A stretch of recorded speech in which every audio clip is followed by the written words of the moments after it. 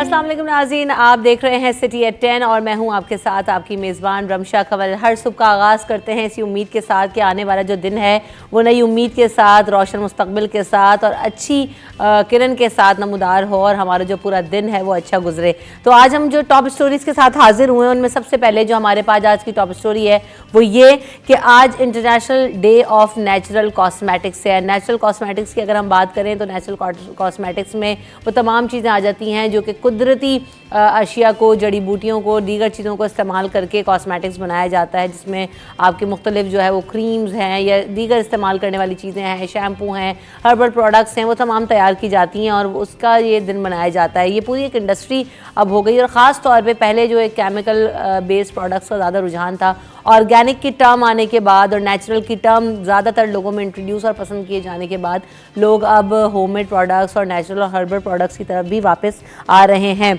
तो पहले तो इतना जो है वो रुझान नहीं था, लोग घरों में ही चीज़ें इस्तेमाल करते थे, लेकिन अब इतनी प्रोडक्ट्स की रेंज आने के बाद जो है वो सिनेरियो पूरा डिफरेंट हुआ है। तो अगले घंटे में हमारे साथ इस पर बात करने के लिए गेस्ट होंगे, रेमेडीज़ भी होंगी, प्रोडक्ट्स भी होंगी, आपको दिखाएंगे, इस बारे में बात भी होगी। लेकिन सबसे पहले आज की जो अहम सियासी और दीगर खबरें हैं वो शामिल कर लेते हैं। तो सबसे पहले हमने देखा कि सिंध में जो पीपल्स पार्टी है वो पीपल्स पार्टी के मुखालिफ इत्तेहाद बनाने की जो सरगर्मियां हैं वो तेज़ी से जारी हैं। GDA ने आम इंतखाबात में पीपल्स पार्टी को टफ टाइम देने के लिए ये फ़ैसला किया है कि जनाब अब ये ग्रैंड डेमोक्रेटिक अलायंस जो है वो जलसे भी मुनक्किद करेगा और ये भी कहा जा रहा है कि पीर वगारा साहब उस जलसे से खिताब भी करेंगे और GDA इंतखाबात में अक्सरियत से कामयाब होने के लिए भरपूर तैयारियाँ कर रही है। स्टेटमेंट सामने आ रहे हैं और फिर वही अपने अपने मंशूर पेश किए जाने का सिलसिला शुरू हो जाएगा। इंतखाबी सरगर्मियाँ तेज़ हैं। दूसरी तरफ जो पॉलिटिकल पार्टीज़ हैं उनके अलाइंसेस में भी हम देख रहे हैं कि एक से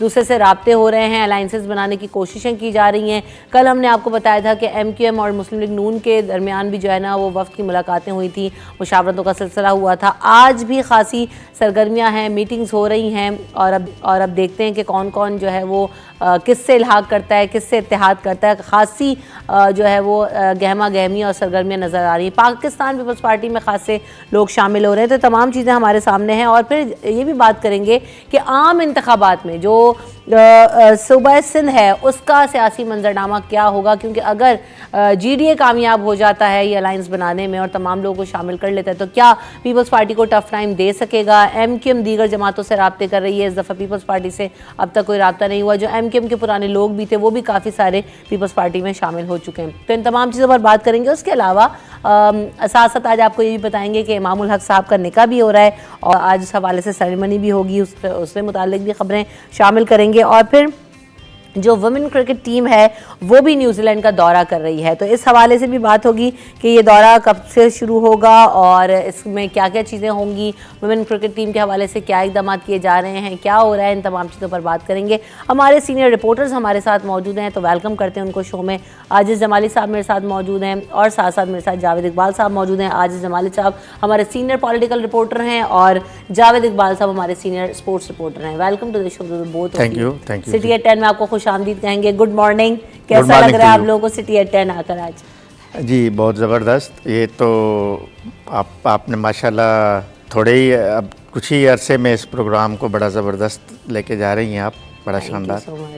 जावेद भाई जी, आपकी तो मॉर्निंग शुरू हो जाती है स्पोर्ट्स वालों के और जगह जगह आप जा रहे होते हैं। तो सिटी एट 10 आज आप आए, कैसा लग रहा है जावेद भाई? अच्छा है सिटी 21 क्योंकि शहर में तो बहुत एक्टिव है और मॉर्निंग शो करना एक अलग चीज़ होती है, लेकिन उसमें भी फिर एक अपनी अहमियत कायम करेगा और अच्छा है वक्त के साथ साथ और ज़्यादा इंशाल्लाह। Thank you so much. तो सबसे पहले ज़रा सियासी खबरों पर नज़र डाल लेते हैं, फिर स्पोर्ट्स की तरफ भी बढ़ेंगे। तो आजिज़ साहब अब हम ये देख रहे हैं कि इस वक्त जो है वो इलेक्शन, क्योंकि अब जैसे जैसे करीब आएंगे तो सियासी सरगर्मियाँ खासी तेज़ हो जाएंगी, तो राब्ते अभी से होना शुरू हो गए हैं और पॉलिटिकल पार्टीज़ एक दूसरे से राब्ते कर रही हैं।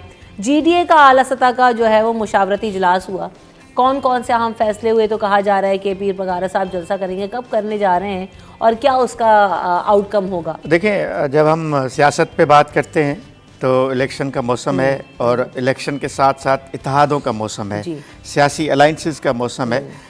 एक तो इसको नज़र में रखना चाहिए कि सिंध में 15 साल पाकिस्तान पीपल्स पार्टी की हुकूमत रही है और कंटिन्यूसली उसका सिंध में होल्ड है, अभी भी है, उतना ही है। जितना 2018 में था, जितना 2013 में था या जो उससे पहले था, बल्कि पीपल्स पार्टी ने अपने ताकत में इजाफा किया है। इस वक्त पहली बार कराची में उनका मेयर आया है, पहले कभी भी नहीं आया था। लोकल बॉडीज़ में पहली बार पाकिस्तान पीपल्स पार्टी एक शहरी जमात के तौर पे उभर के सामने आई है। इससे कबल वो नहीं था। इसी वजह से जो आपने अपने इंट्रो में कहा कि MQM के बहुत सारे लोग पीपल्स पार्टी में शामिल हो रहे हैं, ये भी कभी नहीं हुआ था। MQM के साबिका गुज़िश्ता रोज़ एक प्रेस कॉन्फ्रेंस थी, 10-12 साबिका MPs पाकिस्तान पीपल्स पार्टी की प्रेस कॉन्फ्रेंस में मौजूद थे। यानी इसको नज़र में रखिएगा। यानी हम अब आएंगे GDA और बाकी कुव्वतों पे, तो यानी एक पाकिस्तान पीपल्स पार्टी एक मजबूत स्ट्रक्चर की सूरत में एक मजबूत पॉलिटिकल पार्टी में सूबा सिंध में मौजूद है। उसकी हुकूमत भी रही है और उसके दीगर सूबों में उसकी बड़ी अच्छी खासी अक्सरियत है। अच्छा, अब आते हैं सिंध में दूसरी जमातों पे। पीपल्स पार्टी के अलावा सिंध में, अच्छा मैं इस नुक्ते पे आपको यहाँ रोकूंगी, आप बात कीजिएगा, लेकिन जैसा मुझे यहाँ पे ये भी लग रहा है कि ये आप कह रहे हैं कि मजबूत पॉलिटिकल पार्टी हमेशा से रही है, अप्स एंड डाउन्स देखे, लेकिन क्या ये जो लोग आ रहे हैं, मूवमेंट हो रही है, ये परफॉर्मेंस बेस्ड है या ऑप्शन नहीं है? क्योंकि अभी आप देख रहे हैं कि MQM का जो हाल है या आप दीगर PTI का जो हाल है, इस वक्त जो है वो नज़र नहीं आ रहा कोई स्कोप। तो इस वजह से तो नहीं लोग आ रहे हैं कि अभी स्कोप इनको सिर्फ पीपल्स पार्टी में नज़र आ रहा है? बिल्कुल, तो अपना पैंतरा बदल के इधर आ रहे हैं। दो बातें हैं इसमें। पॉलिटिकल पार्टीज इलेक्शन के ज़माने में ऐसे लोगों को ढूंढती हैं जो इलेक्टेबल्स हों, जिनका एक अवाम में वोट रखने की ताकत हो। अच्छा, ऐसे ही फिर इलेक्टेबल्स ऐसी पार्टियों को ढूंढते हैं जहां से वो जीत सकें। जैसे आपने कहा ना, MQM और PTI डाउन होने की वजह से MQM के लोग पीपल्स पार्टी की तरफ जा रहे हैं। उनको ये आने वाले दिनों में भी ये शायद इम्कान है कि पीपल्स पार्टी की ही हुकूमत आएगी, लिहाजा इस वजह से पाकिस्तान पीपल्स पार्टी में चले जाएं। PTI चूँकि डाउन हुई है मजमूई तौर पूरे पाकिस्तान में और इसी तरह कराची में भी डाउन हुई है, लेकिन MQM 2018 से बेहतर परफॉर्मेंस देगी इस बार, ये सूरत हाल नज़र आ रही है। अच्छा। लेकिन अब एक दूसरी बात हो रही है जो 18 में नहीं हुई थी, वो मैं आपको बताने जा रहा था कि सिंध में एक बड़ा अलायंस बनाने की बात हो रही है कि पाकिस्तान पीपल्स पार्टी के साथ एक मजबूत टफ टाइम दिया जाए, मुकाबला किया जाए। उसमें 4 फोर्सेस हैं पॉलिटिकल। MQM वैसे ही एंटी पीपल्स पार्टी थी, है। GDA ग्रैंड डेमोक्रेटिक अलायंस पीर पगाड़ा की क़यादत में 2018 में थी, इलेक्शन में उसने हिस्सा लिया, लेकिन उसने इलेक्शन के बाद PTI को सपोर्ट किया था।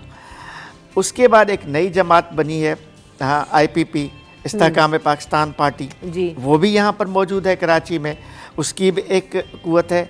लेकिन इन सबको लीड कौन करेगा? वो करेगी पाकिस्तान मुस्लिम लीग नून, मुस्लिम लीग नवाज़। इनको इस बार 2018 में ये नून लीग नहीं थी, नवाज़ लीग की इतनी पोजीशन सिंध में नहीं थी, लेकिन अब चूंकि हमें नज़र आ रहा है कि वफाक में नवाज शरीफ साहब की पोजीशन नज़र आ रही है, वो बाहर से आए हैं, जिस तरह का एक सियासी मंजरनामा डेवलप हो रहा है, तो मुस्लिम लीग नून ने अपने राब्ते किए हैं इन तमाम जमातों से। MQM से रब्ता किया, क्लोज़ राब्ते हैं उनकी, हर दूसरे दिन मीटिंग्स होती हैं।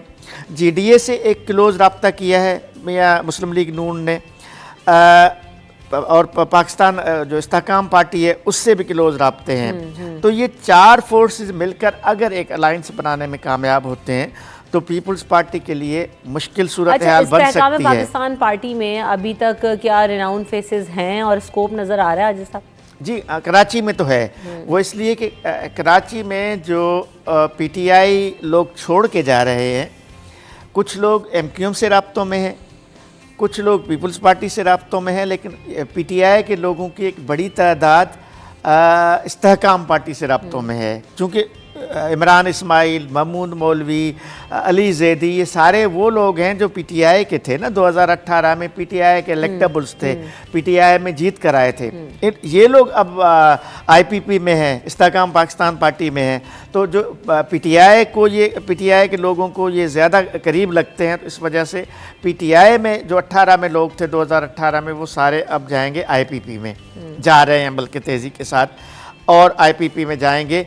तो IPP एक फ़ोर्स बनेगी। बाकी सिंध में शायद ना बने उस तरह, लेकिन कराची में उसका एक हमें फोर्स ज़रूर नज़र आएगा। अब ये तो इलेक्शंस ही बताएंगे, क्योंकि इमरान खान साहब ये दावा करते रहे कि मैं किसी को भी उठा के और खड़ा कर दूं पाकिस्तान तहरीक इंसाफ के टिकट पर तो वो जीत जाएगा। तो ऐसा शायद पहले भी हुआ हो, या आप देखते हैं कि ये स्कोप कैसा लेते हैं? क्योंकि जो वोटर है, ख़ास तौर पे अगर MQM के वोटर की बात करें या PTI के वोटर की बात करें, तो बड़े जो है ना कंसिस्टेंट वोटर्स हैं, और वो अपनी जो है वो जमात को वोट देने के बजाय जो है ना, उन लोगों के नाम पे इन चीज़ों पर वोट लगाते हैं। जैसे पतंग के नाम पे वोट चलता था, अभी बल्ले के नाम पे वोट चला।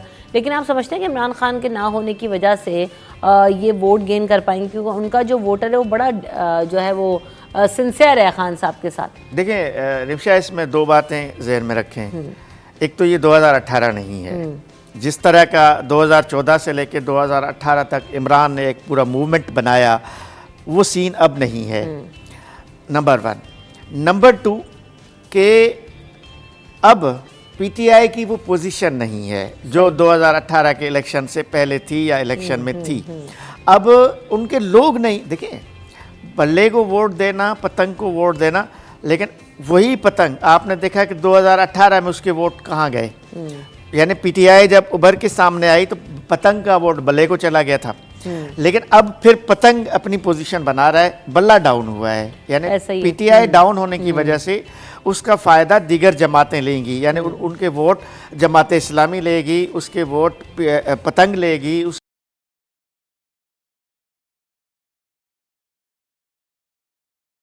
सिटी एट 10 में आपको एक बार फिर कहेंगे खुश आमदीद। तो अब कुछ शामिल करते हैं स्पोर्ट्स रिलेटेड न्यूज़। और आज जो एक अहम खबर ये भी है, अपडेट ये भी है कि इमामुल हक का आज निकाह हो रहा है। तो क्या कहाँ हो रहा है, क्या सेरेमनी है? लाहौर में है, और नॉर्वे की शरीयत याफ्ता खातून है। अच्छा, उनसे उनका आज निकाह है। ये सारे क्रिकेटर्स दूसरे दूसरे ममालिक से जो है वो भाभियाँ लेकर आ रहे हैं जावेद साहब।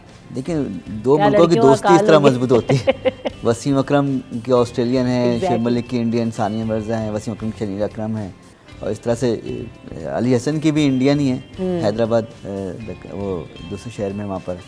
तो इस तरह अच्छा है, ठीक है। और काफ़ी खिलाड़ियों ने इस तरह बहारी की है। ज़हीर अब्बास की वाइफ भी, वो भी इंडियन थी। फिर मोहसिन हसन खान की वाइफ इंडियन थी, रीना रॉय।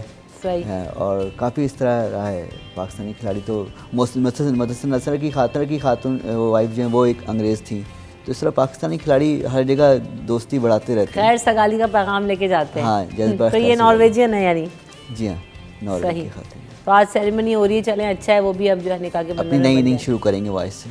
हाँ, उम्मीद है कि वो ये इनिंग के साथ साथ अपनी जो वो वाली इनिंग है उसको भी अच्छे तरीके से बैलेंस करके कंटिन्यू करें। वैसे ओवरऑल इमामुल हक की परफॉर्मेंस कैसी जा रही है? वर्ल्ड कप में तो कोई ख़ास नहीं रही, और ख़ासकर जब उन्होंने ये बयान दिया था कि हम अपनी रवायती क्रिकेट खेलेंगे, कोई कैसे क्यों ना खेलता है।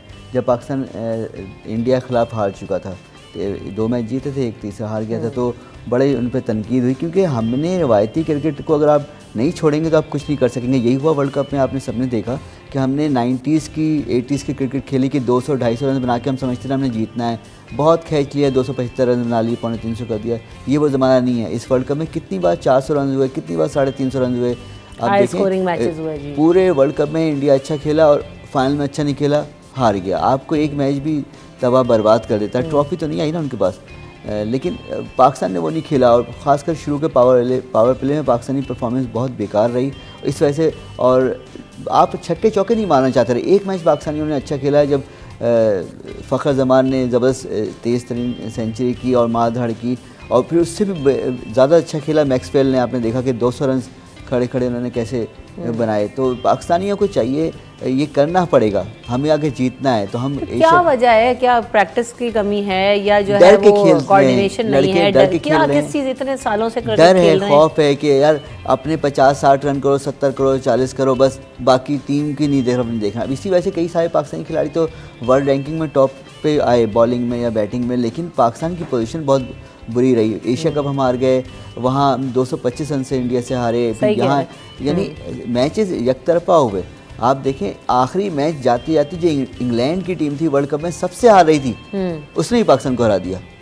यानी ये इतना बुरा हाल है। हमने इंग्लैंड से तो नहीं आना था, अफगानिस्तान तक से हार गए। आपने, यानी छोटी टीम थी लेकिन आपने उससे बड़े दिल से तो खेलना था। वो हमसे ज़्यादा अच्छा खेले, ऊपर आके खेले। तो जब आप डर के खेलेंगे, तो क्या वजह है कि टीम की कोऑर्डिनेशन इतनी ज़्यादा मिसिंग है, या पाकिस्तान के जो प्लेयर्स हैं वो अच्छे हैं लेकिन टीम के लिए एफर्ट क्यों नहीं कर रहे? क्या कॉम्बिनेशन नहीं बन पा रहा है, दिल से नहीं खेल रहे, कैप्टनसी में वीक है, मैनेजमेंट की तरफ से है, इशूज़ क्या है? जब आप बड़े दिल से खेलेंगे आप अच्छा खेलेंगे, और जो हिदायत देने वाले हैं पीछे टीम मैनेजमेंट होती है, ऑफिशियल्स होते हैं, वो भी अपना काम नहीं कर रहे। आप हिदायत सही देना कि आप हिदायतकारी ठीक करें, तभी तो लड़के खेलेंगे। अब ये टाइम वो नहीं कि इनको कोचिंग कराई जाए, बिल्कुल इब्तदाई कोचिंग की ज़रूरत नहीं है, काउंसलिंग की ज़रूरत है, मुझे ऐसा लग रहा है। वो सब काउंसिल तो होना सारे चाहिए। रह चुके हैं पाकिस्तान के पास, माहिर नफ्सियात वगैरह सब, लेकिन कोई फ़ायदा नहीं होता इसका। देखिए मैं हमेशा कहता हूँ हमारे खिलाड़ियों से हमें बहुत ज़्यादा हमदर्दी नहीं करनी चाहिए। लोग फिर बुरा भला बोलते हैं कि ऐसी, क्योंकि ये बहुत ज़्यादा पैसे ले रहे हैं, फ्री में नहीं खेलते। कभी बता दें कि किसी ने ईदी बन के फ्री में मैच खेला हो, ठीक ठाक 4 लाख रुपए वनडे के लेते हैं, 7 लाख रुपए टेस्ट के लेते हैं, 3 लाख रुपए T20 के लेते हैं, और अब इन्होंने अपनी मुतालबात पेपर यानी प्लेयर पावर्स बनाकर इतने कर लिए कि 60 लाख रुपए तक सैलरी हुई सेंट्रल कॉन्ट्रैक्ट में ए कैटेगरी वालों की। A B C D इस तरह कैटेगरी डिवाइड करके आप 9 लाख 11 लाख 13 लाख तक सैलरी है, और मैक्सिमम 60 लाख रुपए महीना भी ले रहे हैं खिलाड़ी, मैच ना भी खेलें। अच्छा, पाकिस्तान से बाहर जाते हैं तो पर डे $200 मिलता है इनको, मैच कोई 15 खिलाड़ियों में, यानी कोई मैच खेले ना खेले उसको मिलेगा। फिर मैच फीस अलग है, विनिंग बोनस अलग है, 50 के पैसे अलग हैं, सेंचुरी के अलग हैं, 5 विकेट के अलग हैं, तो ये सब अलग तो यानी इतना कुछ होने के बावजूद भी सिंसेरिटी जो है वो नहीं आके दे रही है। मुझे तो ऐसे लग रहा है अफगान टीम में 1 रन या 1 विकेट हमें कितने की पड़ती है जाकर, ये आप अंदाज़ा लगाएं। अगर एक खिलाड़ी पूरे वर्ल्ड कप में सिर्फ 200 रन 150 रन बनाना 9 मैचों में, तो हमें वो 1 रन कितने का पड़ा? वो तो ठीक ठाक उसके अकाउंट बढ़ गया, लेकिन जो स्कोरिंग बोर्ड का अकाउंट है, स्कोर बोर्ड है, वो खाली रहा, वो तेज़ी से नहीं बढ़ा। तो ये सब चीज़ें ना, अब नए कोच आए हैं, उनकी यही तरजीह से पाकिस्तान के उमर गोल आए, और उसके अलावा हम सईद अजमल जो हैं बॉलिंग कोच लगे हैं, उसके अलावा पाकिस्तान की तरफ से मोहम्मद हफीज़ साहब कप्तान वो डायरेक्टर आ गए हैं।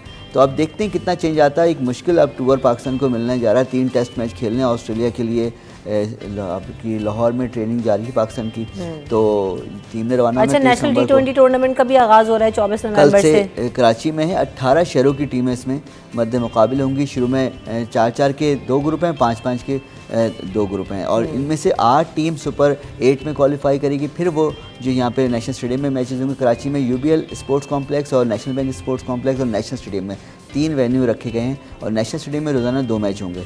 तो T20 मारधाड़ी क्रिकेट है और सबको यकीनन मज़ा आएगा। लेकिन यहाँ भी यही बोला गया कि आप अपनी, क्योंकि अब पाकिस्तान का असल जो बड़ा टारगेट है वो है T20 वर्ल्ड कप जो वेस्ट इंडीज़ और अमेरिका में होना है आइंदा साल जून जुलाई में, तो वो है असल हदफ। उससे पहले लेकिन पाकिस्तान को मैचेस बहुत मिल रहे हैं। पाकिस्तान ने आयरलैंड का दौरा करना है, इंग्लैंड का दौरा करना है, हॉलैंड का दौरा करना है। पाकिस्तान ने जब ऑस्ट्रेलिया में 3 मैचों की टेस्ट सीरीज़ हो जाएगी, उसके बाद पाकिस्तान ने 5 T20 न्यूजीलैंड में खेलने हैं। अच्छा, तो T20 अच्छा, क्या ये जो नेशनल T20 टूर्नामेंट होता है उसके बाद, क्योंकि फौरी तौर पर इतने सारे जो इवेंट्स आ रहे हैं, टूर्नामेंट्स आ रहे हैं, मैचेस आ रहे हैं, टूर्स हैं, तो यहाँ से जो टैलेंट निकलता है और उसको टीम में शामिल होने का मौका मिलता है परफॉर्मेंस बेस्ड? जी बिल्कुल, यही एक अपॉर्चुनिटी होती है खिलाड़ियों के लिए, यहाँ परफॉर्म करें, और सिलेक्टर्स की नज़र में होते हैं इतने बड़े टूर्नामेंट। तो कभी लेकिन सिलेक्टर्स कभी कभार इसमें गलती कर जाते हैं। अब T20 फॉर्मेट में अच्छी परफॉर्मेंस देने वाले को आपने वनडे में खिला लिया, आपने टेस्ट में खिला लिया, और टेस्ट में अच्छी परफॉर्मेंस देने वाला T20 भी खेल रहा है, तो आपको देखना चाहिए उसने परफॉर्म किस फॉर्मेट में किया है, उसको उसमें लें, बजाय कि तीनों फॉर्मेट खिलाएं। ये उसके साथ नाइंसाफ़ी होती है, और दूसरे अहल खिलाड़ी के साथ भी नाइंसाफ़ी होती है, जो अहल है टेस्ट मैच खेलने का या जो अहल है T20 खेलने का। और सिर्फ पाकिस्तान सुपर लीग को पिछले चंद सालों में PSL को ही इन्होंने हदफ बना के उससे अच्छी परफॉर्मेंस, क्योंकि वो बहुत ज़्यादा लाइमलाइट में रहता है वो इवेंट, तो उसमें जो अच्छी परफॉर्मेंस दे रहा है उसी को तीनों फॉर्मेट में खिला रहे हैं, उसी की पाकिस्तान टीम में वनडे में T20 में टेस्ट में जगह बन रही। तो ये गलती करते रहे जिसका नुकसान हमें उठाना पड़ा। चल, लेकिन PSL के आने से ये हुआ कि ये जो हमारी नेशनल टूर्नामेंट्स हैं उनमें थोड़ा उनको भी बूस्ट अप मिला। डोमेस्टिक क्रिकेट में भी हम देखा बिल्कुल कोई नाम और जिक्र नहीं होता था, वो खबर में एक आ जाता था। उसके अलावा सिंध प्रीमियर लीग का भी आगाज़ हो रहा है जी, वो कब से हो रहा है? 14 दिसंबर से कराची में हो रहा है, नेशनल स्टेडियम में उसके सारे मैचेस होंगे, और ऐलान कल बाकायदा हो गया कि पीपल्स पार्टी के चेयरमैन बिलावल भुट्टो जरदारी वो इसकी इफ्ताह करेंगे, और इख्तामी तकरीब 25 दिसंबर को नेशनल स्टेडियम में होगी। तो वज़ीर-ए-आज़म निगरान वज़ीर-ए-आज़म अनवर काकड़ साहब जो हैं वो इसमें मेहमान खुसूसी होंगे। तो एक अच्छा इवेंट होने जा रहा है, इसमें पाकिस्तान के टॉप सारे खिलाड़ी वो हिस्सा लेंगे, और 6 टीम हैं, और भरपूर मुकाबले तो होंगे। कराची वालों के तो बैक टू बैक लग रहा है क्रिकेट के लिए, फुल ऑफ एक्साइटमेंट और फुल ऑफ जो है ना वो जाएगा ये इवेंट। 10 दिसंबर को नेशनल T20 ख़त्म होगा और ये 14 से ये शुरू होगा, सिर्फ 3 दिन का गैप है। वो भी आम लोगों के लिए क्या है, टिकट सिस्टम रखेंगे या वैसे अभी इन्होंने अनाउंस नहीं किया टिकट की प्राइस वगैरह, लेकिन आई थिंक टिकट ही होगा यकीनन, फ्री में शायद ना करें। लेकिन अभी कुछ इसके हवाले से रोड शोज़ भी हो रहे हैं, अमेरिका में हुआ, इंग्लैंड में हुआ, तो एक माहौल बनाया जा रहा है, स्पॉन्सर वगैरह को भी अट्रैक्ट किया जा रहा है। इसकी ड्राफ्टिंग अभी बाकी है कि कौन से खिलाड़ी किस टीम में होंगे, और कुछ बड़े खिलाड़ियों के तो काफ़ी का तय हो गया है, कोचेज़ मेंटोर का भी तय हो चुका है। अब कुछ खिलाड़ियों की ड्राफ्टिंग होनी है, वो अभी होगी अनकरीब। एक तरफ खिलाड़ियों की ड्राफ्टिंग हो रही है तो दूसरी तरफ जो है वो सियासी खिलाड़ियों की भी ड्राफ्टिंग का सिलसिला जारी है। तो आजिज साहब को भी शामिल कर लेते हैं। तो आजिज साहब, यहाँ तो ड्राफ्टिंग हो रही है, टूर्नामेंट्स हो रहे हैं और सियासी अखाड़े में एक बहुत बड़ा टूर्नामेंट अब आने वाला है, समझ लें वो वर्ल्ड कप के जैसा है। तो उसके लिए सियासी अखाड़े में दाव पेच लगाए जा रहे हैं। ये इशरत लिबास साहब के राब्ते हुए, सुना है आसिफ अली जरदारी साहब से खबर आपने बिल्कुल आपने दुरुस्त फरमाया कि सियासी अखाड़ा मेरा ख्याल है वर्ल्ड कप से भी बड़ा है। हमारे मुल्क के पॉइंट ऑफ व्यू 8 फरवरी को जो इलेक्शंस का ऐलान किया हुआ है। अच्छा, वेरी क्विकली मैं आपसे इस पर भी कमेंट लूंगी, लग रहा है आपको 8 फरवरी को इलेक्शन होंगे या डिले होगा? माहौल बन रहा है, इलेक्शन होने चाहिए, ये वर्ल्ड कप होना चाहिए, उसके लिए माहौल बना रहे हैं, सियासी जलसे हो रहे हैं। आप देख रहे हैं कि बिलावल भुट्टो का इन्होंने नाम लिया, बिलावल भुट्टो जरदारी पूरे मुल्क में जलसे कर रहा है। केपी में वो सरगर्म है, गुज़िश्ता एक हफ़्ते से केपी के मुख्तलिफ़ शहरों में वो रोज़ाना कोई ना कोई जलसा कर रहा है, आज भी उनका एक जलसा है। इसी तरह मुस्लिम लीग नून बड़ा सरगर्म हो रही है। आने वाले हफ़्ते में नवाज शरीफ साहब सुबह सिंध का दौरा कर रहे हैं, कराची में भी आएंगे और सिंध के दीगर शहरों में वो जलसे करेंगे। और ख़ास तौर पे जो लोग मुस्लिम लीग नून में शामिल हो रहे हैं वो नवाज शरीफ साहब की मौजूदगी में मुलाकात करेंगे। वो बाकायदा अपनी शमूलियत का एक ऐलान भी करेंगे, जिनमें सिंध के कुछ साबिका MNAs हैं, कुछ साबिका MPAs हैं, ये सारे लोग मुस्लिम लीग नून में शामिल हो रहे हैं। अभी आपने इशरत लिबास का जिक्र किया, तो गुज़िश्ता रोज़ मैंने ये ख़बर दी कि इशरत लिबास के साबिक सदर आसिफ अली जरदारी के साथ राब्ते हैं और MQM के दीगर लोगों के भी राब्ते हैं। MQM के जो बड़े लेवल के लोग हैं, टॉप लेवल के जो लोग हैं, उनके भी पाकिस्तान पीपल्स पार्टी के टॉप लेवल की क़यादत से राब्ते हैं। अब ये आया शमूलियत होगी। इशरत लिबास के लिए कहा जा रहा है कि आइंदा हफ्ते वो यहाँ आएंगे कराची, बड़े अरसे के बाद वो आ रहे हैं। आपको याद होगा कि गवर्नर होने के बाद वो शिफ्ट हो गए, तो फिर उसकी वापसी कभी नहीं हुई, लेकिन वो आ रहे हैं। इसका मतलब है उनका एक सियासी किरदार बन रहा है, सियासी किरदार बन रहा है, इसका मतलब है इसी वजह से वो आएंगे। फिर आसिफ जरदारी के साथ और दीगर लोगों के साथ में भी, नवाज शरीफ के साथ भी उनकी मुलाकातें हो और वो अपना एक सियासी पिच बनाएंगे खेलने के लिए कि किस तरह वो बैटिंग करते हैं। सीनियर प्लेयर हैं, तो सीनियर प्लेयर हैं बहुत, वो भी खिलाड़ी नहीं है। और तवील अरसा सिंध के गवर्नर रहे और उन्होंने एक रिकॉर्ड कायम किया, सिंध में तवील अरसा गवर्नर रहने का रिकॉर्ड कायम किया इशरत लिबास ने। बिल्कुल, तो ये सारा सीन बन रहा है मुल्क में। जैसे मैंने शुरू में कहा था कि सियासी इत्तेहादों का मौसम भी आ गया, सियासी इत्तेहाद भी बन रहे हैं, लोग सियासी पार्टियों में शामिल भी हो रहे हैं। एक मुल्क में चारों सूबों में अलग अलग सिनारियो है। पहले मैं सिंध की बात कर रहा था, इस तरह बलूचिस्तान में एक अजीब, वहाँ भी एक नया मंजरनामा बन रहा है। अच्छा, ये हम दीगर जो सूबे हैं उनमें क्या हो रहा है इस पर भी बात करेंगे, लेकिन एक कॉलर ने पहले उनको भी शामिल कर लेते हैं। अस्सलाम वालेकुम। वालेकुम रमशा, कैसी हैं आप? मैं अल्हम्दुलिल्लाह बिल्कुल ठीक हूँ, आप कैसे हैं आया साहब? अल्हम्दुलिल्लाह, पहले साईं को सलाम हो और बात आप कर रही हैं। पहले तो रमशा थोड़ा सा एक दो जुमले कहना चाहूँगा। जो हमारा बड़ा ये वाक़या हुआ है जिसमें DSP साहब इन्वॉल्व थे, उसके अंदर BCT के अंदर, और उनकी पूरी टीम बनी हुई थी। तो काइंडली जो DIG साहब है, मेरी उनसे रिक्वेस्ट है कि खुदा के लिए, आपके पुलिस से बहुत अच्छे लोग भी हैं, मैं उसकी बात ये नहीं करूँगा सारे बुरे लोग हैं, जो बुरे लोग, जो काली भेड़ें अपने, जब तक आप पुलिस से नहीं निकालेंगे हमारे शहर के क्राइम कम नहीं होंगे। पहली तो उनसे रिक्वेस्ट मेरी है। अच्छा, आपके जो मौजूद चल रहा है, मेरा साईं से तो ये सवाल है। देखें साईं, बात ये है कि हम पे तोड़ जोड़ की सियासत देख रहे हैं। कभी इधर MQM का भी हमने देख लिया, कभी पीपल्स पार्टी के साथ, कभी किसी के साथ, कभी किसी के साथ। मसला ये कि सारे लोग हैं, 2-4-5 हज़ार लोग हैं जो इधर उधर होते रहते, शिफ्टिंग करते रहते हैं, लेकिन हमारी जिंदगी तो नहीं है। कराची की अगर बात करें, इतना बड़ा मैंडेट पहले MQM के पास था, उन्होंने कुछ नहीं किया। उसके बाद जो PTI को कराची के लोगों ने आउट ऑफ द वे जाके इनको वोट दिए, उन्होंने 3.5 साल में कराची के बारे में बातें करने कुछ नहीं किया। तो आप क्या समझते हैं आज जो ये, अगर जो भी इनके एक सियासी गेम चल रहा है, सब इधर से उधर, क्या इनके जाती मफादात के अलावा हमें कुछ मिलेगा या नहीं मिलेगा? हम वैसे ही रहेंगे। एग्जैक्टली। बहुत शुक्रिया याया साहब, आपने सवाल किया। और सवाल अजीज साहब यही है कि याया हमारे रेगुलर कॉलर हैं और बड़े अच्छे जो है ना वो नज़र रखते हैं तमाम इशूज़ पर। तो ये सवाल यही है, मैं भी उस तरफ आना चाहती थी कि ये जो सियासी जोड़ तोड़ का सिलसिला होता है, एक जमात से दूसरी जमात से फिर पुरानी जमात, फिर नई जमात, ये हमारे जो पॉलिटिकल खिलाड़ी हैं उनका ये वतीरा रहा है। लेकिन बात यह है कि जितना भी जोड़ तोड़ है ये पाकिस्तान के मफाद या सूबे के मफाद में साबित है, कहीं इसमें अवामी मंशूर भी शामिल है, अवाम की फलाह बहबूद भी शामिल है। ये सब आते हैं, अपनी सीट एडजस्टमेंट्स करते हैं, एक दूसरे के साथ जो है मुशावरत करते हैं और फिर एक पार्टी का हिस्सा बन जाते हैं और जीत के और अपनी जो है वो मफादात हासिल करते हैं, चले जाते हैं। अवाम इससे कोसों दूर है। तो क्या इस पूरे पॉलिटिकल पार्टीज़ के प्रोसेस का अवाम को फ़ायदा होने जा रहा है या कुछ हासिल उसूल है? सवाल बड़ा वैलिड है और इस पे पॉलिटिकल डिस्कशन की ज़रूरत भी है कि वही चेहरे, वही लोग, वही ख़ानदान हमेशा एक सर्किल में घूम रहे हैं। एक पॉलिटिकल आप समझें कि एक राउंड टेबल चेयर से जिसके गिर्द यही चेहरे घूम रहे होते हैं। यही चेहरे एक पार्टी छोड़ के दूसरी में चले जाते हैं, दूसरी छोड़ के तीसरी में चले जाते हैं, फिर चौथी में आते हैं। अभी एक हफ्ता कबल अली गौहर महर सिंध के एक बड़े सियासतदान हैं जिन्होंने दोबारा पाकिस्तान पीपल्स पार्टी को शामिल किया। अली गौहर महर जो पाकिस्तान पीपल्स पार्टी में थे, पाकिस्तान पीपल्स पार्टी छोड़ के मुस्लिम लीग काफ में चले गए थे, मुस्लिम लीग काफ छोड़कर फिर 2018 में जीडीए में चले गए थे, अब दोबारा पाकिस्तान पीपल्स पार्टी में आ गए हैं। इसी तरह हम एमक्यूएम के लोगों की बात करते हैं, इस तरह और लोग, गौस बख्श महर का अगर मैं मिसाल दूँ, साबिका वफाकी वज़ीर हैं, वो भी जीडीए का हिस्सा थे कुछ चंद माह कबल। वो और उनका बेटा शहरयार महर जो सूबाई असम्बली का मेंबर था, असम्बली के आखिरी दिनों तक वो मेंबर था, वो भी पाकिस्तान पीपल्स पार्टी में चले गए हैं। यही लोग, यानी यही गौस बख्श महर काफ लीग में था, नून लीग में था, उससे पहले पीपल्स पार्टी में था, अब दोबारा पीपल्स पार्टी में है।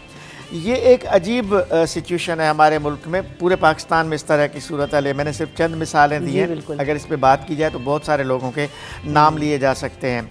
अवाम देखें, अवाम के लिए कुछ नहीं हो रहा। अगर सच ये है, महंगाई की शरह बढ़ती जा रही है, हुकूमत कोई भी हो, एक हुकूमत के बाद दूसरी तीसरी, लेकिन महंगाई का रेशो बढ़ता जा रहा है, गुर्बत बढ़ती जा रही है, डेवलपमेंट उस तरह नहीं हो रही जिस तरह हम लोग। कराची के शहर की हम मिसाल ले लें, मुल्क का मेगा सिटी है, मुल्क का सनअती हब है, मुल्क का सबसे बड़ा शहर है, मुल्क का तारीख़ी शहर है, बहुत सारी बातें हैं कराची की।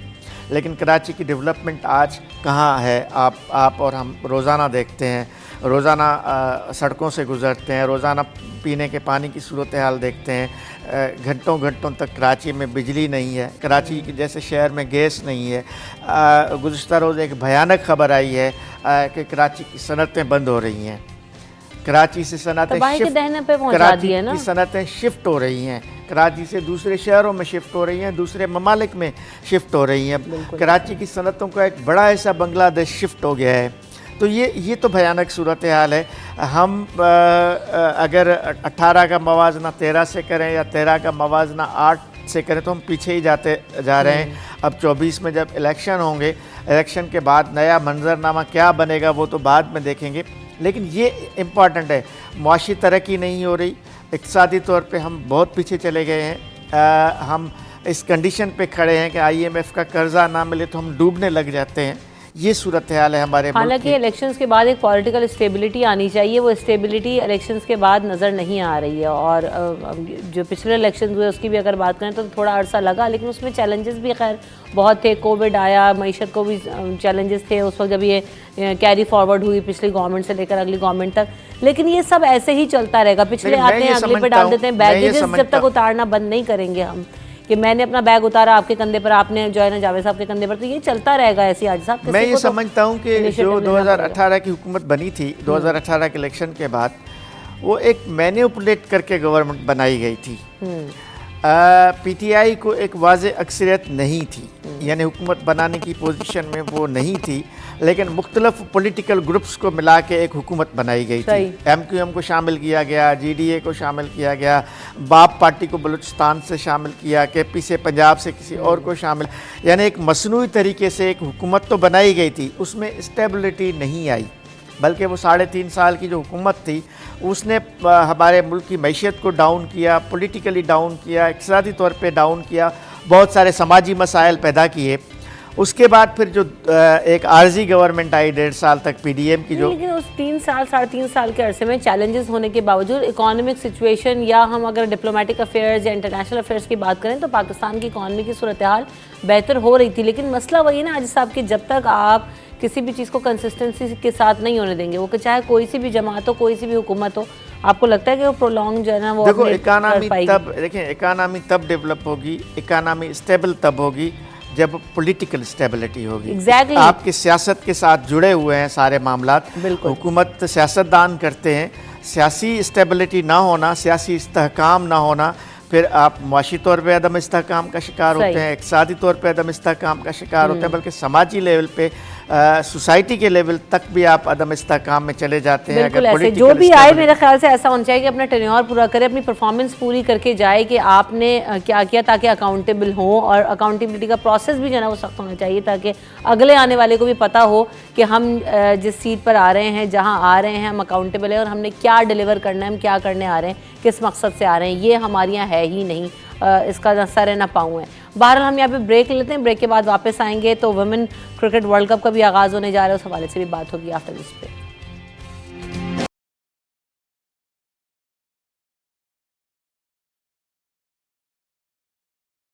Welcome back, it's city at 10। और जाने से पहले जिस तरह हम जिक्र कर रहे थे कि अब न्यूजीलैंड के दौरे का भी आगाज़ हो रहा है, तो ये जो दौरा है वो कितना इंपॉर्टेंट है, कितना अहम है, कैसे होगा, इस पर बात करेंगे। जावेद इकबाल साहब हमारे साथ मौजूद हैं।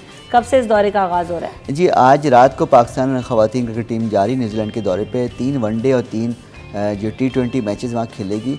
यहाँ ट्रेनिंग कैंप लगा हुआ है नेशनल स्टेडियम में, कल वो इख्तिताम पजीर हुआ है और निदा डास से हमारी बातचीत हुई तो उनको फिर बार बार यही सवाल हुए थे कि यहाँ साउथ अफ्रीका की टीम आई थी ख़वातीन, पाकिस्तान ने उसको वनडे भी हराया, T20 भी हराया, लेकिन जब पाकिस्तान टीम एशियन गेम में गई तो वहाँ श्रीलंका से हार गई, तीसरी सेमीफाइनल में फिर तीसरी पोजीशन का मैच भी हार गई बांग्लादेश से।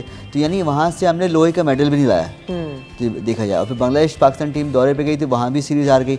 यानी साउथ अफ्रीका को अपने अपने मुल्क में हरा दिया और अच्छी बड़ी टीम है साउथ अफ्रीका का नाम है।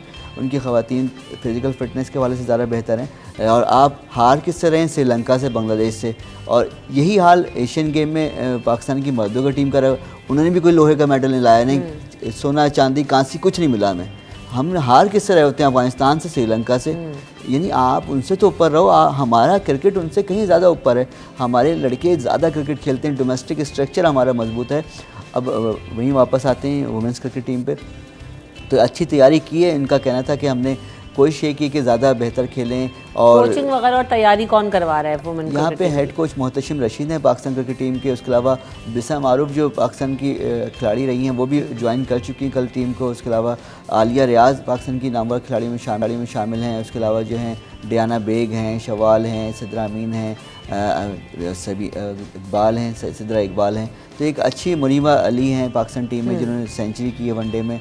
तो देखिए, लेकिन हमारा अभी स्ट्रक्चर ठीक है, काफ़ी पीछे है, क्योंकि हमारे यहाँ वो इन्वायरमेंट नहीं है। ख़वातीन को क्रिकेट खेलने का बहुत छोटी उम्र से फ़िज़िकल एक्टिविटी में हिस्सा नहीं लेती, कहीं इजाज़त का मसला होता है। लेकिन फिर भी अब थोड़ा बहुत शौक़ बढ़ रहा है ख़वातीन में क्रिकेट का या दूसरे खेलों में आने का, जो पहले की आज से 15-20 साल पहले इतना तसव्वुर नहीं था कि आप ख़वातीन को खेलने की इजाज़त दें। अब बहुत सारे ऐसे लोग हैं जो मैं सुनता हूँ कि वो अपनी बेटियों को, बहनों को खेलने की इजाज़त देते हैं, जाएँ बैडमिंटन खेलें, टेबल टेनिस खेलें, क्रिकेट खेलें।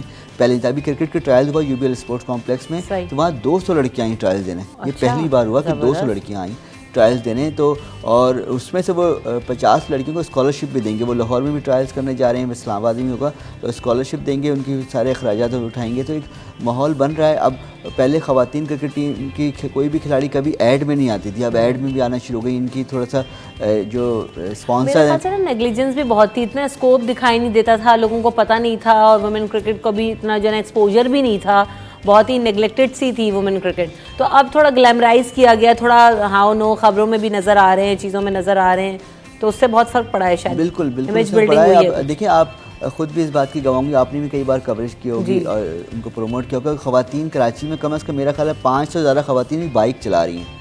तो ये आहिस्ता आहिस्ता बढ़ेगा। मैं 2007 में जब जयपुर गया इंडिया में, तो मुझे बहुत सारी ख़वातीन नज़र आई जो बाइक चला रही थी, लेकिन उसमें हमारे यहाँ शायद एक लड़की नहीं चलाती वो बाइक।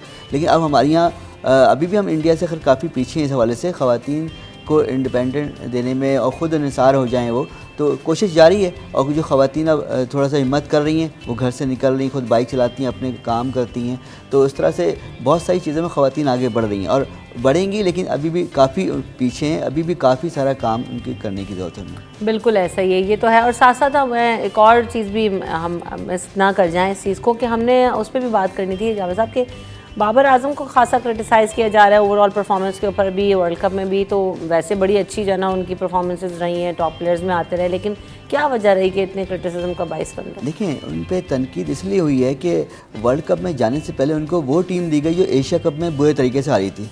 उनकी फरमाइश पे, उनकी ख्वाहिश पर उनको पूरी वही टीम दी गई। और पाकिस्तान क्रिकेट बोर्ड के चेयरमैन ज़का अशरफ ने और उस वक्त चीफ सेलेक्टर थे निज़ाम उल हक, उन्होंने भी कहा कि हम आपको आपकी टीम दे रहे हैं। सिर्फ नसीम शाह उस टीम में शामिल नहीं था, वर्ल्ड कप की एशिया कप में वो थे, तो 15 रुकनी पूरी वही टीम दी गई।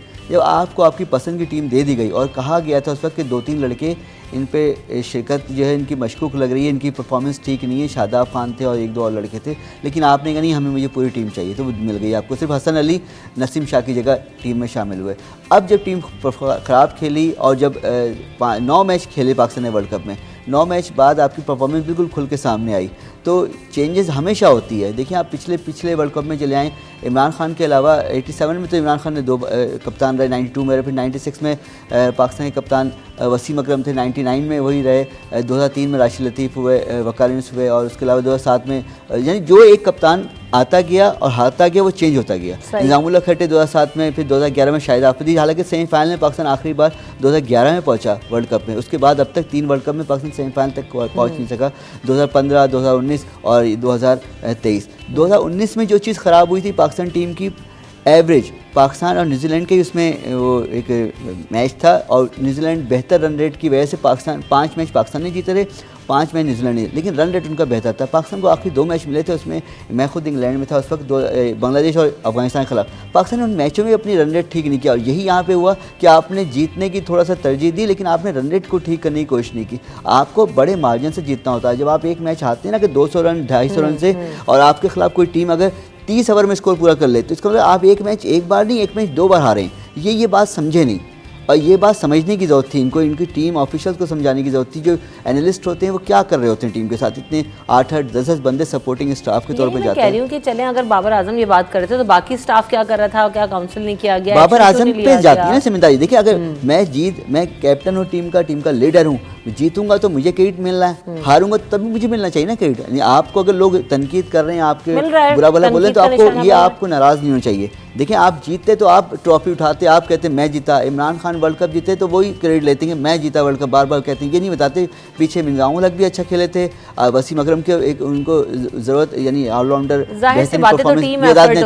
टीम की। लेकिन अब हारने पे ये ना बोलें कि यार वो लड़कों ने ख़राब खेला, फिर आप बोले नहीं मेरी लड़कों ने ख़राब खेला, मेरी लीडिंग में, मेरी कैप्टनसी में जो टीम ख़राब खेली, ये आपको कबूल करना पड़ेगा, इतराफ़ करना पड़ेगा ज़िम्मेदारी। और आप हमेशा हर खिलाड़ी, मैंने अभी प्रेस कॉन्फ्रेंस में भी वहाँ 4 कप्तान बैठे थे कराची में, एक हफ्ते पहले बहुत बड़ा प्रोग्राम हुआ, उसमें आफरीदी, मिसबा, शोएब मलिक, यूनुस खान, मैंने इनको कहा मैं कभी कोई पाकिस्तान टीम का कप्तान जो इज़्ज़त से नहीं गया, ज़हील होके गया, कप्तानी खुद नहीं छोड़ते, बड़े दिल का मुजाहरा करें, जब हार गए वर्ल्ड कप कप्तानी छोड़ें, घर जाएं, इंतज़ार करते हैं आखिरी वक्त तक कोई मौका मिल जाए कप्तानी अगले।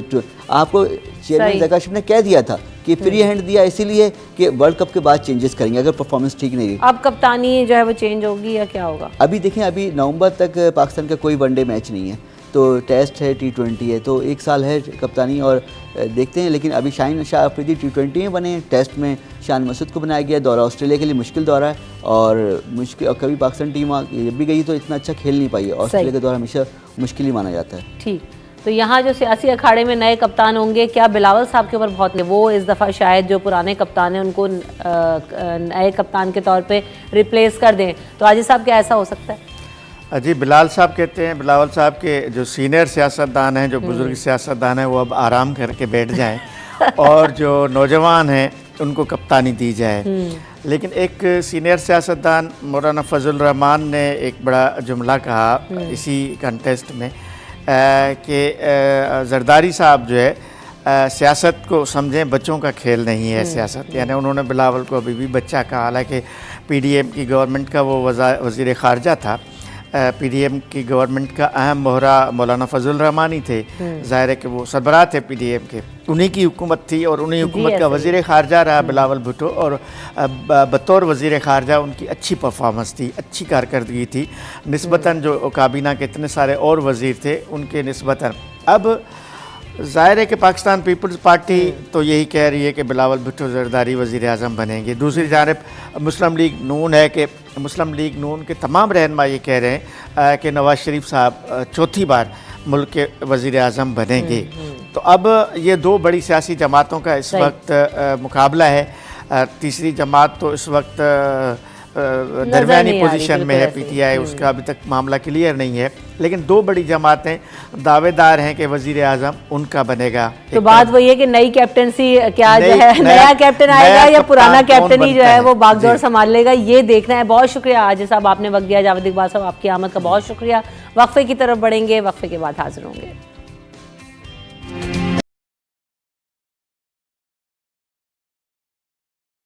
सिटी 10 में आपको एक बार फिर कहेंगे खुश आमदीद। तो जनाब, अब हम बात करेंगे कि आज जो नेचुरल कॉस्मेटिक्स है उसका इंटरनेशनल डे है, और कुदरती कॉस्मेटिक्स की अगर बात की जाए तो नेचुरल चीज़ों का इस्तेमाल जो है वो वैसे भी जो है वो किसी भी तरह से हार्मफुल नहीं होता। उसके इम्पैक्ट और इफ़ेक्ट्स लॉन्ग टर्म भी होते हैं और ज़्यादा भी होते हैं, लेकिन मसला ये है कि हर चीज़ के कमर्शियल होने के बाद, हर चीज़ के ग्लैमराइज्ड होने के बाद हमने जो है ना वो नेचुरल चीज़ों का जो कि ज़्यादा फ़ायदेमंद हैं, ज़्यादा अच्छी हैं, उनको छोड़ दिया है और केमिकल बेस्ड चीज़ों पर हम ज़्यादा रिलाई करने लगे हैं। तो किसका ज़्यादा फ़ायदा है, क्या इसका इम्पैक्ट है, इन तमाम चीज़ों पर बात करेंगे। हमारे साथ डॉक्टर बिल्किस मौजूद हैं। Welcome to the show Bilkis आपा, कैसी हैं आप? बहुत अरसे के बाद आपसे मुलाकात हो रही है, किसी तारुफ की मोहताज नहीं है, आप सब इनको देखते रहते हैं। तो जो है वेलकम आपा, कैसी हैं? तबीयत सही है? आज की तबीयत आपने बताया ना साथ? हाँ, कुछ एक हफ्ते से चल रही है। उम्मीद है अब तक ठीक हो जाएगी। हाँ, अल्हम्दुलिल्लाह, बिल्कुल। और हमारे साथ साथ हकीम शाह नज़ीर साहब भी मौजूद हैं। अस्सलाम वालेकुम, आपकी तबीयत कैसी है? आप कैसे हैं? Welcome to the show. बहुत शुक्रिया आपका, अल्लाह का शुक्र। आप कैसे हैं? ठीक हैं? मैं बिल्कुल ठीक ठाक हूँ। तो सबसे पहले बात करते हैं कि जो नेचुरल कॉस्मेटिक्स है, आज उसका इंटरनेशनल डे भी है, तो क्या मकसद है इस दिन का, किस तरह से अवेयर कर सकते हैं लोगों को? देखिए, हर चीज़ जो है ना, पहले के डॉक्टर्स, पहले की सारी चीज़ें ना किचन ही होता था पहले। अभी भी बड़े सग़ीर पाको हिंद में जब भी नज़ला ज़ुकाम खांसी हो तो आपका इलाज जो है ना किचन से स्टार्ट हो जाता है। इस तरह नेचुरल कॉस्मेटिक्स जो थी ना, वो भी आप हर्ब से बनाते थे, प्लांट सोर्स से बनाते थे। बीट रूट, चुकंदर, और उसको लेके जैसे लाल कर लिया, लिपस्टिक लगा लिया, मेहंदी, ये सारी चीज़ें नेचुरल कॉस्मेटिक्स में आती थी, जो नेचुरल कलर्स देती थी, आपको नुकसान नहीं पहुंचाती थी। और उन्हीं से क्रीम्स बनती थी, फ्रूट से, वेजिटेबल से, हर्ब से, उन्हीं से क्रीम बनती थी, उन्हीं से आप अपनी सेहत का ख्याल रखते थे। दुनिया का पहला जो स्क्रब था वो उपटन था ना। अभी तक देखिए, दुनिया ने इतनी तरक्की कर ली है, साइंस ने इतनी तरक्की कर ली है, इंसान खला में चला गया, लेकिन उपटन ख़त्म नहीं हुआ। ठीक है ना? और उसका इफ़ेक्ट भी बहुत जल्दी नज़र आता है। बिल्कुल।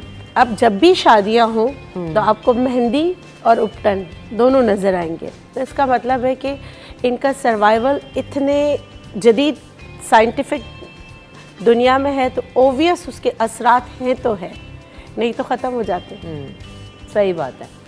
हकीम साहब, आपकी क्या राय है इस बारे में कि जो हमारे पास चीज़ें नेचुरली मौजूद हैं उनका इफ़ेक्ट भी ज़्यादा है, इम्पैक्ट भी ज़्यादा है, लेकिन उसके बावजूद हम जो है ना वो केमिकल बेस्ड चीज़ों पे ज़्यादा रिलाई करते हैं रादर देन? क्या थोड़ा स्लो स्टडी प्रोसेस है इस वजह से, या क्या वजह है? नहीं, इसमें स्लो प्रोसेस नहीं है, बहुत क्विक रिजल्ट्स हैं इसमें, लेकिन अगर उसमें केमिकल इस्तेमाल ना हो तो। अब बाज़-औक़ात केमिकल इतना इस्तेमाल होने लग गया जिसकी वजह से फेशियल हेयर आने लग गए, स्किन पतली होनी शुरू हो गई, लाइनें नज़र आने लग गई, रगें नज़र आने लग गई लोगों को, और ये नुकसानात एक हो जाते हैं। लेकिन नेचुरल के अंदर जो कि हर्ब्स होती हैं, उसमें ये होती हैं कि तमाम हर्ब्स होती हैं, चाहे फ्रूट्स हों, सब्जियां हों, या कोई हर्ब जड़ी बूटियाँ हों, तो उनके जो फ़ायदे हैं वो देर पा भी होते हैं, दूसरा क्विक रिजल्ट भी होते हैं, अगर उनके नुस्खे में जो चीज़ें डलती हैं उनकी जो मिकदार है उस हिसाब से डली जाए। बाज़ औक़ात कुछ लोग तो ऐसे होते हैं कि सारी चीज़ें इक्वल वज़न ले ली और बना लिया, ऐसा नहीं होता, हर एक चीज़ की एक मिकदार होती है। और दूसरी चीज़ ये कि हम पानी का टेक नहीं करते। आप पानी का टेक करें, पानी जो है देखें ये भी कोई केमिकल नहीं है, ये भी आपकी नेचुरल चीज़ है। पानी ज़्यादा पिएं ताकि आपकी आंखें भी ड्राई होना से रुक जाएं, दूसरा स्किन भी अच्छी होती जाए। नींद पूरी करें, सबसे ज़्यादा नींद का मसला है, नींद पूरी करें। स्ट्रेस लेवल इसकी वजह से स्किन लूज हो जाती है, झुर्रियाँ आ जाती हैं। तो आप अगर इन चीज़ों पे आप तवज्जो देंगे, मैं समझता हूँ आपको किसी चीज़ की ज़रूरत नहीं पड़ेगी। सही। अच्छा, हमें बहुत ज़्यादा जो है ना इन्वेस्ट करना हमें आसान लगता है, हम बहुत महंगी महंगी प्रोडक्ट्स भी ख़रीद लेंगे, हम उन पे बहुत पैसा भी लगा देंगे। मैं दोनों से सवाल करूँगी कि बहुत आसानी से लगा लेते हैं ना कि एक डब्बा देखा जी इसमें तो ऐसा लगेगा, इतने फैंसी सा ब्रांड नेम होगा और सब चीज़ होंगी, लेकिन यही चीज़ अगर आप एक नेचुरल नहीं, पता नहीं कर पाएगा नहीं कर पाएगा, ये तो ऐसी सा लग रहा है, तो मतलब हमें एक साइकोलॉजी का जो फैक्टर है वो बहुत ज़्यादा इसमें इन्वॉल्व हो गया है। असल में हमें ना हैमर किया गया है कि आपको 14 डेज में रिजल्ट मिलेंगे, 2 दिन में बाल गिरना रुकेंगे। हम हैमर के पीछे जाते हैं। सही है? बोल रही हैं। तो वो जो हैमरिंग है ना हमने खुद किया है। इसी वजह से नेचुरल चीज़ों की वो जैसे लोगों के जहनों में नहीं है कि वो रोक सकते। शाहनाज़ जी ने बिल्कुल सही कहा, इसमें मकदार बहुत इम्पॉर्टेंट है कि आप क्या चीज़ कितनी इस्तेमाल करें, क्योंकि प्लस प्लस प्लस तो हो जाता है लेकिन माइनस प्लस माइनस हो जाता है। आप कोई चीज़ ज़्यादा कोई चीज़ कम करेंगे तो वो आपको फ़ायदे की जगह नुकसान पहुंचा सकता है। तो आपकी बात ये कि इसी वजह से लोगों का ना बिलीव नहीं है। लेकिन मैं लोगों से एक बात, जब मेरे पास पेशेंट आते हैं उनसे कहती हूँ, आज आप सबसे पूछ रही हो कि क्या, जैसे एक प्रोसेस है ना दुनिया में आने का बच्चे का, वो 9th मंथ का है। साइंस ने कहती तरक्की कर ली है कि उसको 3 मंथ्स में जो है ना वो डिलीवर हो जाए, नहीं। इसी तरह आपकी स्किन है, उसकी लेयर्स है। एक लेयर 28 डेज से 32 जैसे एज होती जाती है तो वो उसका प्रोसेस स्लो होता चला जाता है। तो हाउ कम इट पॉसिबल कि विद इन अ डेज आपको किसी चीज़ का रिजल्ट मिले। ये जो क्विक फिक्स होते हैं, जो दावे होते हैं वो केमिकल के होते हैं। जैसे हम कोई चीज़ ड्रेन ओपनर के होते हैं ना, आप डालो विद इन अ सेकेंड खुल जाएगा, मगर उसकी हार्डनेस का हमें अंदाज़ा नहीं होता है।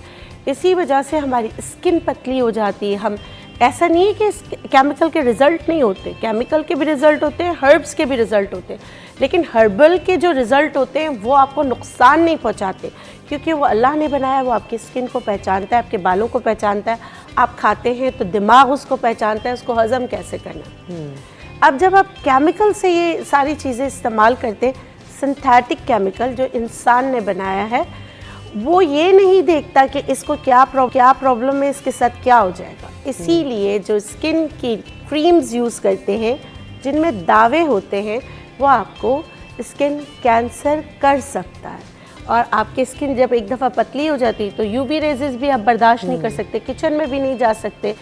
कुछ दिनों की खुशी के लिए पूरी ज़िंदगी का गम उठा के फिर आप डॉक्टर टू डॉक्टर फिरते रहते हैं। यहाँ तक नहीं देखते कि कोई भी आप क्रीम उठाते हैं तो उसमें ये पढ़ते ही नहीं कि इसमें डाला क्या है। सही बात है। उस इंग्रेडिएंट्स को तो पढ़ लें। और हमारे यहाँ माजरत के साथ हर्ब्स के साथ भी ऐसा है कि परसेंटेज नहीं लिखी हुई होती। हर ब्रांड जो है ना, देखें जितने भी ब्रांड्स हैं वो आंवला अभी भी सेल करते हैं, और जितने भी ब्रांड्स स्किन के वो आपको एलोवेरा सेल करते हुए मिलेंगे, मगर उसमें एलोवेरा कितना है नहीं पता, परसेंटेज ही नहीं है। तो इस हवाले से चेक एंड बैलेंस का सिस्टम नहीं है ना Check असल में। and अगर कोई balance प्रोडक्ट का मार्केट system में नहीं आ रही है तो कैसे आ रही है। तो शाह साहब, बात वही है जो मैंने बिल्की साहब से भी पूछा कि ये मसला हमारे यहाँ है कि हम ब्रांड कॉन्शियस एक तो बहुत ज़्यादा है, हमें ब्रांड नज़र नहीं आएगा, कमर्शलाइज नहीं होगी चीज़, ग्लैमराइज नहीं होगी। हमें आप कहेंगी कि जी एलोवेरा तो घर में भी एलोवेरा जेल ब्रांड का खरीदेंगे, जी बिल्कुल, जी अब वो एलोवेरा को काट के नहीं लगाऊंगी मैं। तो ये एक बड़ा मसला है कि हमने हर चीज़ को ग्लैमराइज और उन चीज़ों में कर दिया। देखिए, हमें खूबसूरत पैकिंग चाहिए होती है, हाँ, भले उसमें कुछ भी हो, पैकिंग चाहिए होती है, खूबसूरती होनी चाहिए। और जब यूज़ करते हैं तो फिर सर पकड़ के बैठ जाते हैं कि यार ये क्या हो गया हमारे साथ। हम सब्जियां नहीं इस्तेमाल कर रहे, आप सब्जियों का इस्तेमाल करें, गाजर का इस्तेमाल करें, और बीटरूट जो चुकंदर है इसका इस्तेमाल करें, तो आप सदा जवान नज़र आएंगे। आप सब्जियों का तो इस्तेमाल करें, फ्रूट्स का करें। हम बाहर की चीज़ें खा रहे हैं, फ़ोन किया, ऑर्डर किया, हर चीज़ दरवाजे पे। और दूसरी चीज़ ये है कि घर पे खाना पकाने का सिलसिला थोड़ा सा कम कर देते हैं।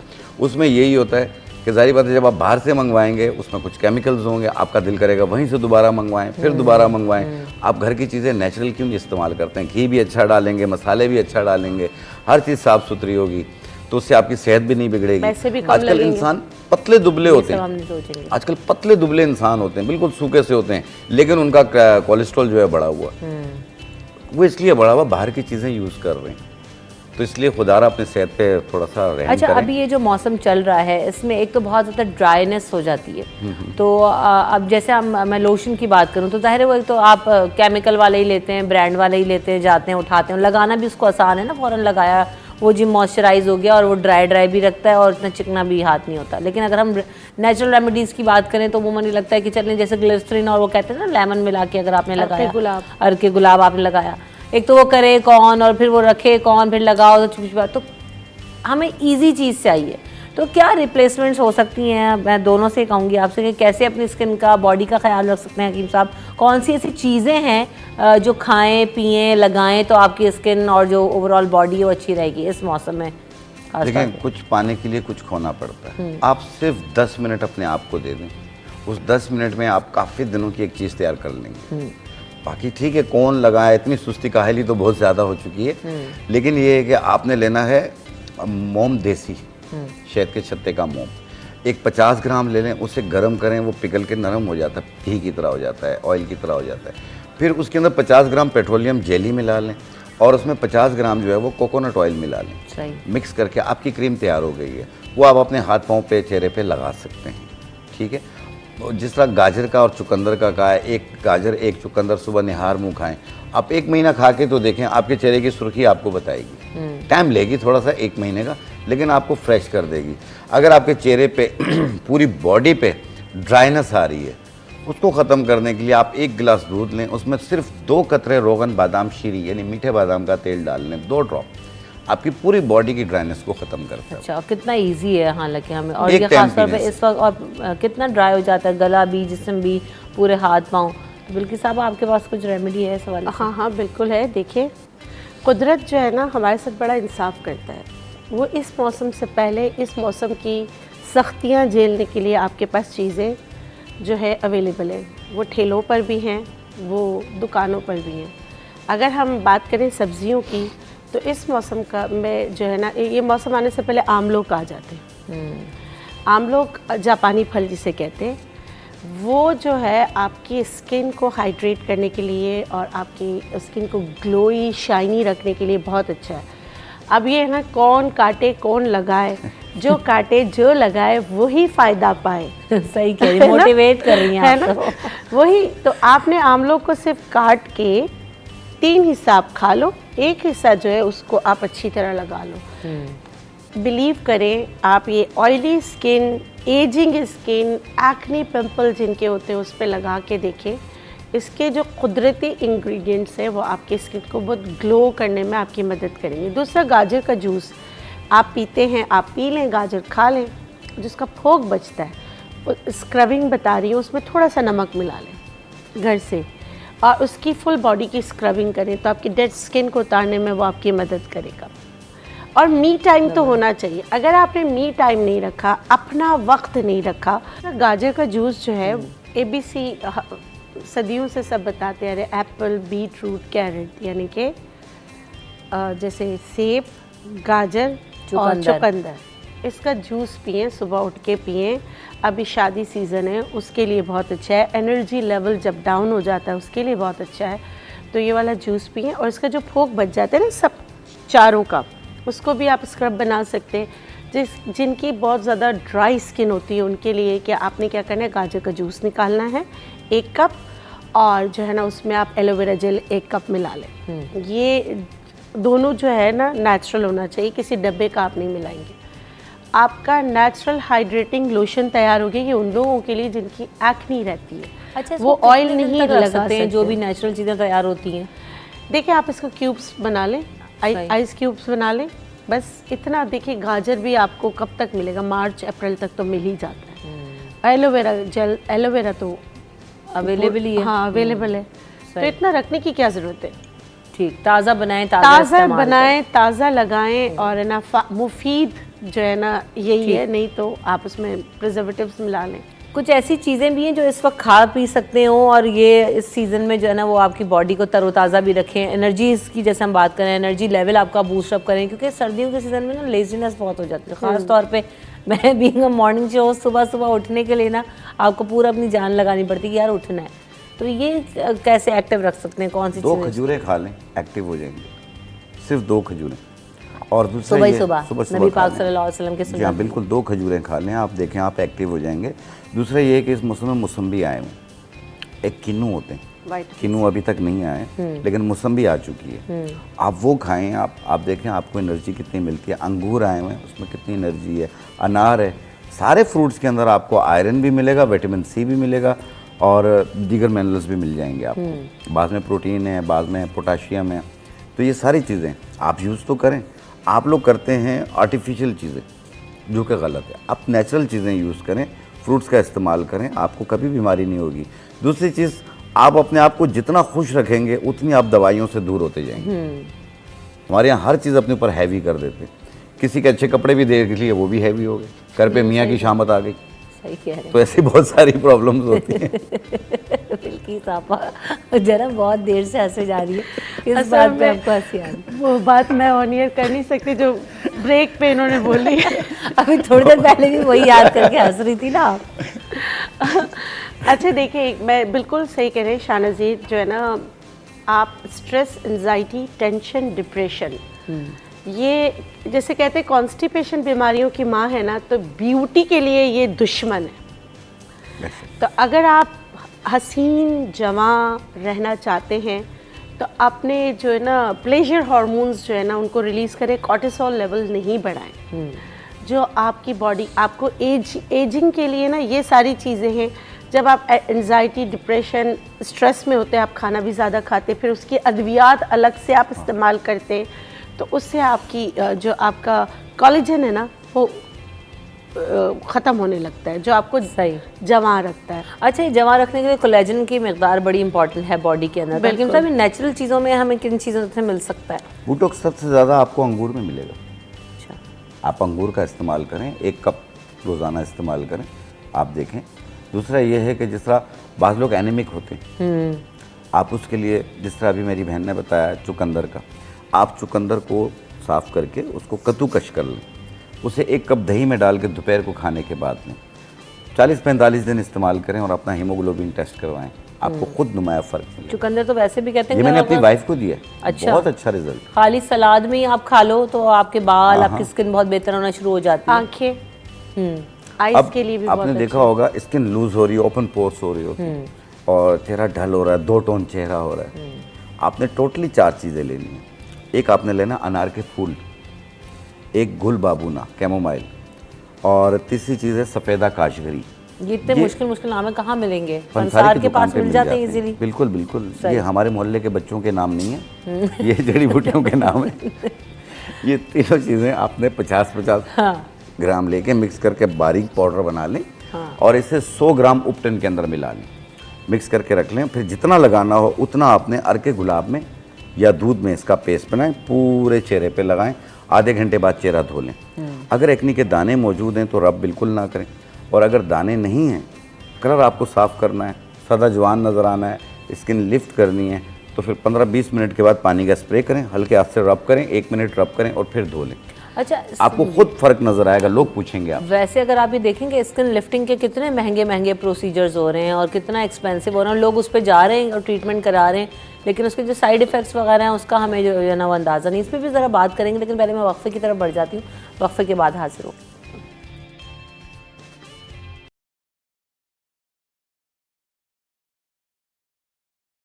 कि किस तरह से जो है वो अच्छी स्किन रख सकते हैं, जवान नज़र आ सकते हैं, और सबसे बड़ी बात ये कि उन चीज़ों को यूटिलाइज़ करते हुए कि जो आपको तरोताज़ा रखाएंगी और अभी इस मौसम में अवेलेबल भी हैं, आसानी से मिल भी जाती हैं। तो बिल्किस साहबा, सबसे पहले आपके पास कौन सी रेमेडी है? जी, मैं बता रही थी। अच्छा, आपने कोलेजन की बात की थी, तो कोलेजन जो है ना प्रोटीन में होता है, गोश्त में होता है और उसकी यखनी में होता है।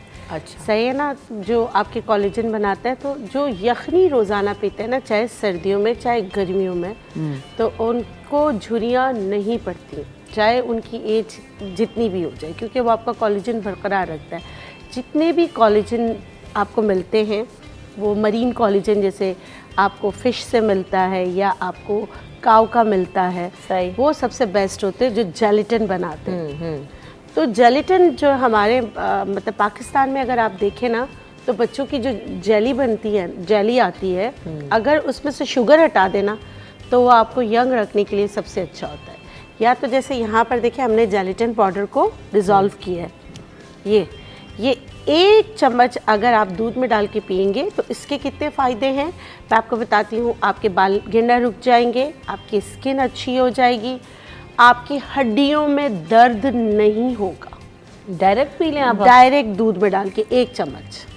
अच्छा, सही है। यह जो जेली आती है डिफरेंट ब्रांड्स की, अगर उसमें चीनी ना हो तो आप वो बना के डेली खाएं तो आपकी हड्डियां मजबूत रहेंगी, आपके बाल अच्छे रहेंगे, आपकी स्किन अच्छी रहेगी, आप यूथफुल और यंग नज़र आएंगे। ठीक है। अब इसी जेलेटिन को जो है ना अगर आप लगाने के लिए बना रहे हैं तो मैं इसमें से 2 चम्मच लूँगी ये, और यहाँ पर अभी आमलोक है, आप इसमें आमलोक भी इस्तेमाल कर सकते हैं, आप इसमें गाजर का जूस भी इस्तेमाल कर सकते हैं, आप अंगूर, अनार, चुकंदर कुछ भी इस्तेमाल कर सकते हैं। लेकिन अगर आपकी स्किन बहुत ड्राई हो रही है, सैगी हो रही है, तो ये आपके लिए बेस्ट रेमेडी है। आप इसका फिर पल्प का जैसे ना इसको मसल के इसका जो गूदा वो पानी फाइन जैसा करके ना, ये देखिए इस तरह इसमें मिला लें इक्वल अमाउंट में। जैसे मैंने वो 2 चम्मच लिया, ये 2 चम्मच, ये आपकी एंटी एजिंग क्रीम बन गई। नाइट क्रीम के तौर पे आप इसे लगाएं। रोज़ के रोज़ बनाएं, रोज़ के रोज़ लगाएं।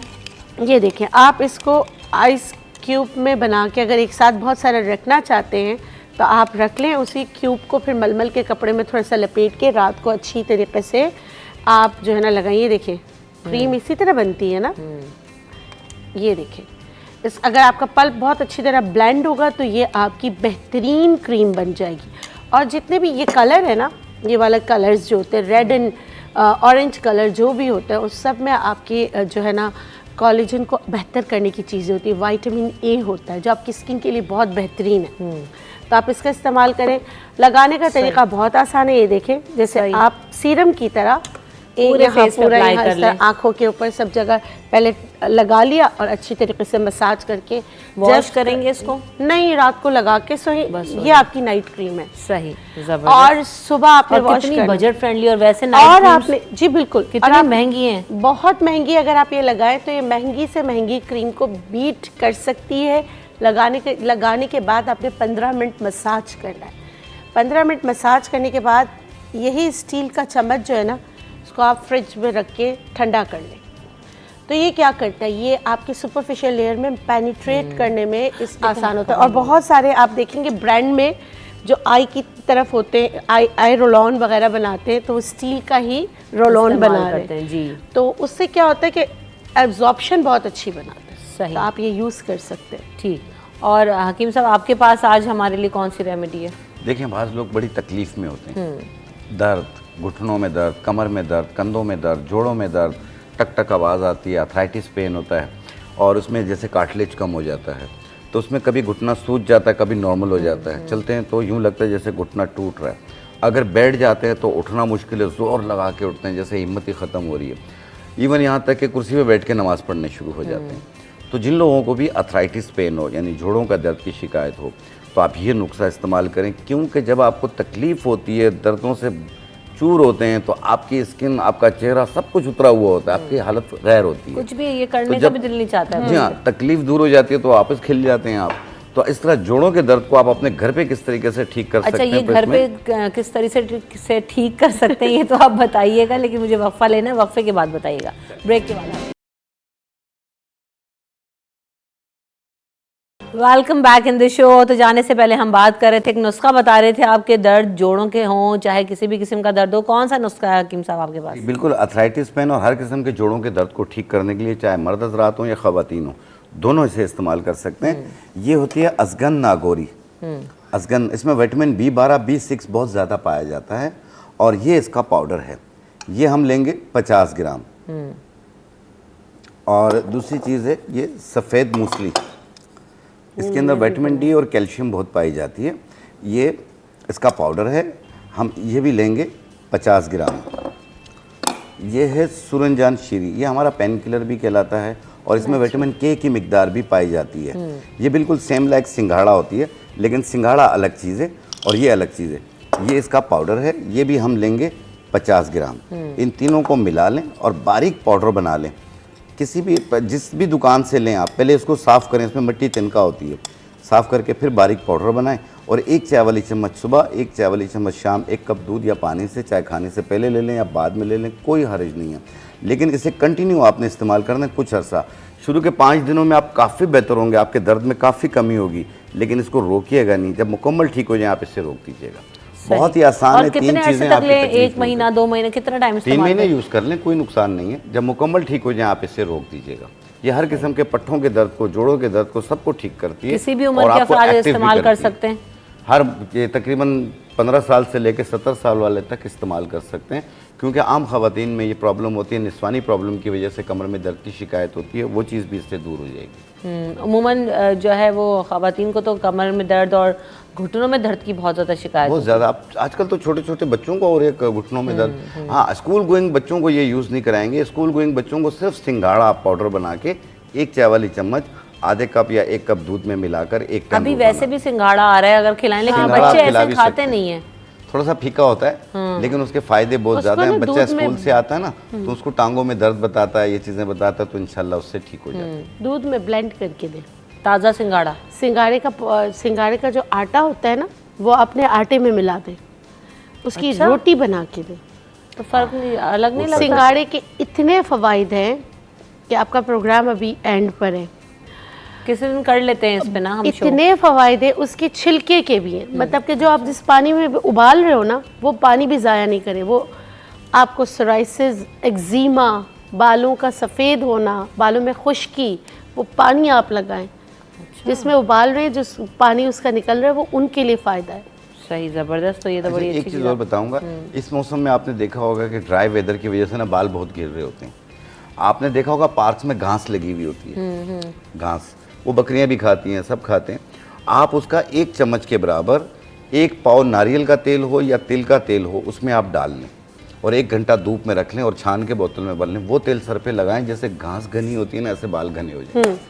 मगर उसमें हाँ बहुत अच्छा है, वो एक हर्ब भी है जो किसी भी बहुत तेल में सारी डाल लें। चीज़ों में फ़ायदे देती है। बस आप जिस जहाँ से निकालें वहाँ स्प्रे नहीं हुआ वो, सही है। है ना। जैसे अगर जो ग्रास वगैरह पे जो स्प्रे करते हैं pesticide spray ना, ना हाँ, हुआ वो हो। नहीं हुआ हो तो या तो उसे बहुत धो ही लें बेहतर पहले। है। हाँ, अच्छी तरह जैसे हम अच्छी तरह पालक धो। धोते सही। ऐसे ही आपको धोना है। सही। तो नेचुरल चीज़ों से हमने आपको बताया, और आज जो है इंटरनेशनल नेचुरल कॉस्मेटिक्स डे भी था, तो इस हवाले से कि नेचुरल चीज़ें किस तरह से आपकी बॉडी के लिए आपको सपोर्ट कर सकती हैं, कितनी इफेक्टिव होती हैं, और उनके जो रिजल्ट्स होते हैं वो बहुत ज़्यादा लास्टिंग होते हैं। तो thank you so much Shah साहब, आपने वक्त दिया। बिल्की साहब, आपके वक्त का बहुत शुक्रिया।